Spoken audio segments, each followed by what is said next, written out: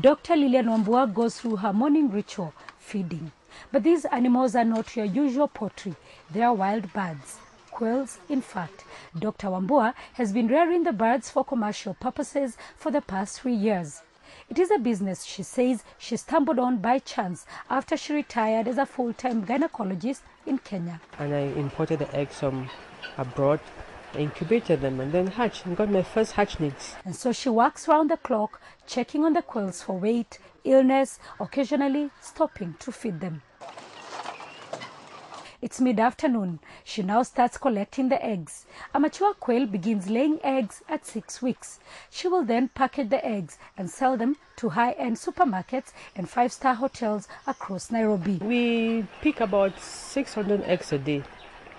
And we supply about, I would say, 300 trays a week.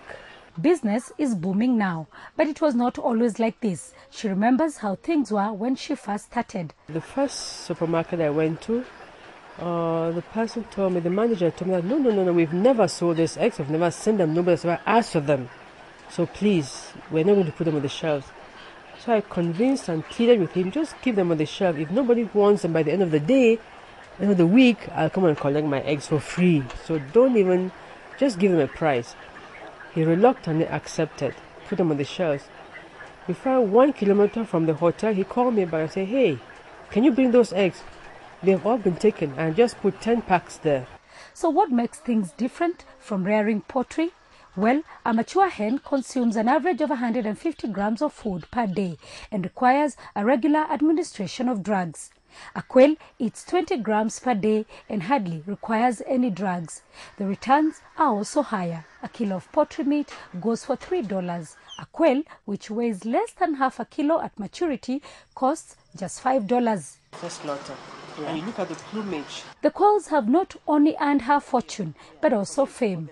Dr. Wambua now spends most of her time educating local farmers on quail keeping. What Daktari has done is something that is making all of us very proud as women of Ukambani.